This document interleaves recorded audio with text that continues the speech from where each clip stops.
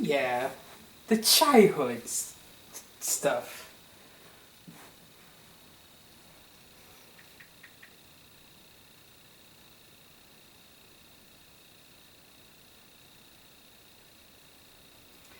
What's up, everybody? Sashi here. We're back to do another movie review. I haven't been to. I haven't. Okay, I just want to say that I haven't done any movie reviews since let's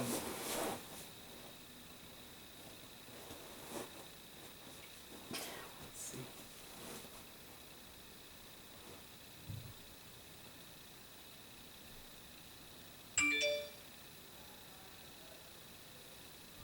Yeah, I haven't done any movie reviews since August 2021.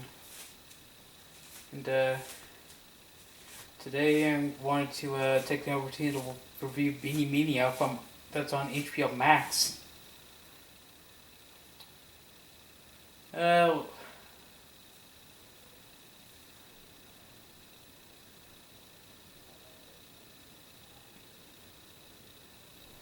I also want to mention that I don't usually review documentaries, but this documentary is going to be the first.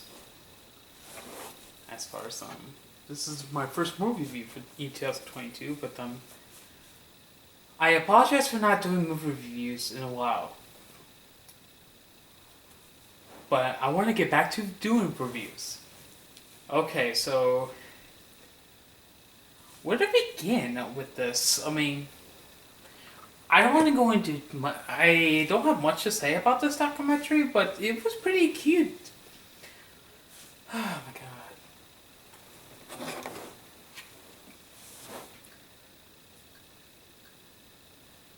Anyways, yeah, I'm on HBO Max at the time I'm filming this.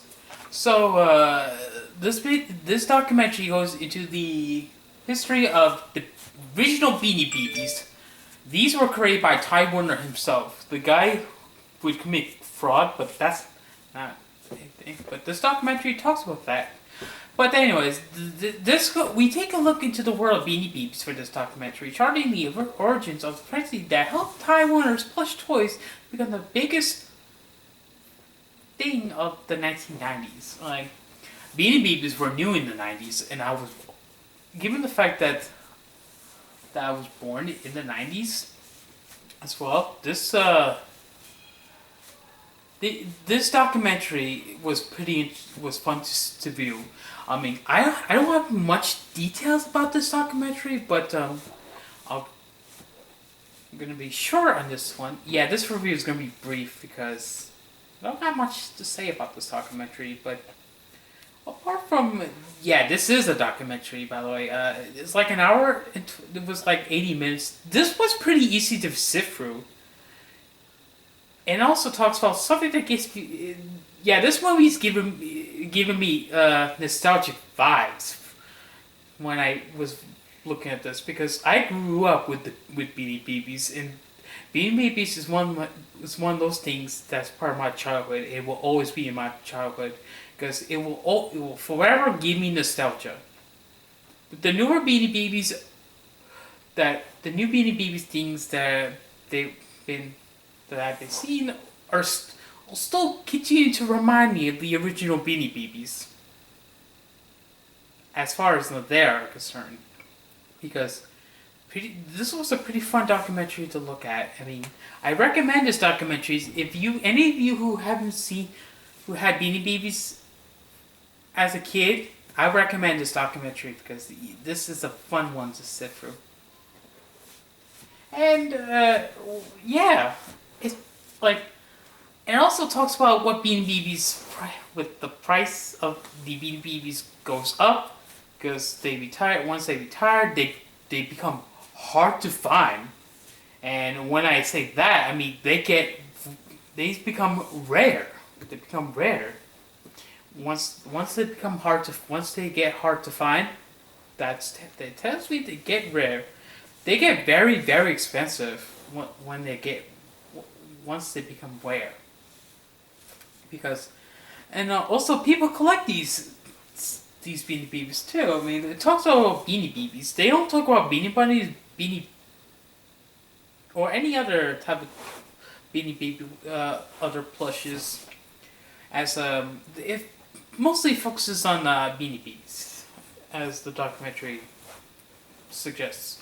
It was rated TV PG. Time Warner, I think, got months in prison, and I think he also got, I think also probation. Yeah, he did get a few years of probation. A few years of probation. Did he get community service? I'm gonna see if Time Warner was how many years of.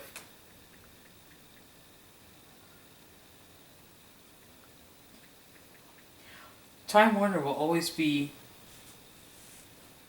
Time Warner is the guy who created the Beanie Babies.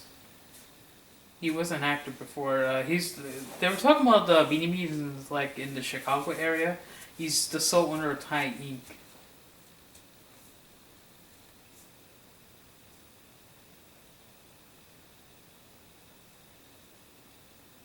Yeah, he got away with tax evasion, as this documentary talked about, included the tax evasion crime.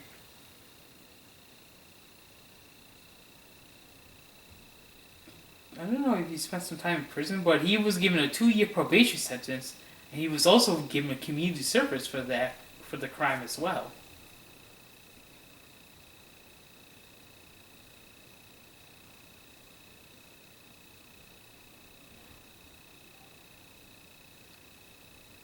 He had 2 girlfriends involved with Ty. But yeah, this was a very cute documentary. I mean, what could possibly go wrong? Beanie Babies were from my childhood. I wanted to check out this documentary. It was pretty entertaining. What entertaining? It was pretty good to sit through. I mean,